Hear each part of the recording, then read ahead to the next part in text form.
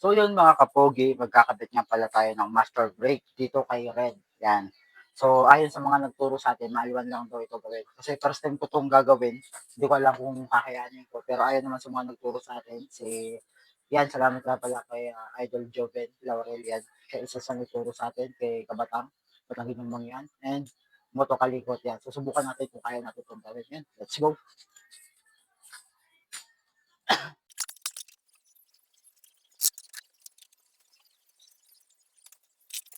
Yan, ito na mga kapogi. Babaklasin na natin ang luma. Yung luma.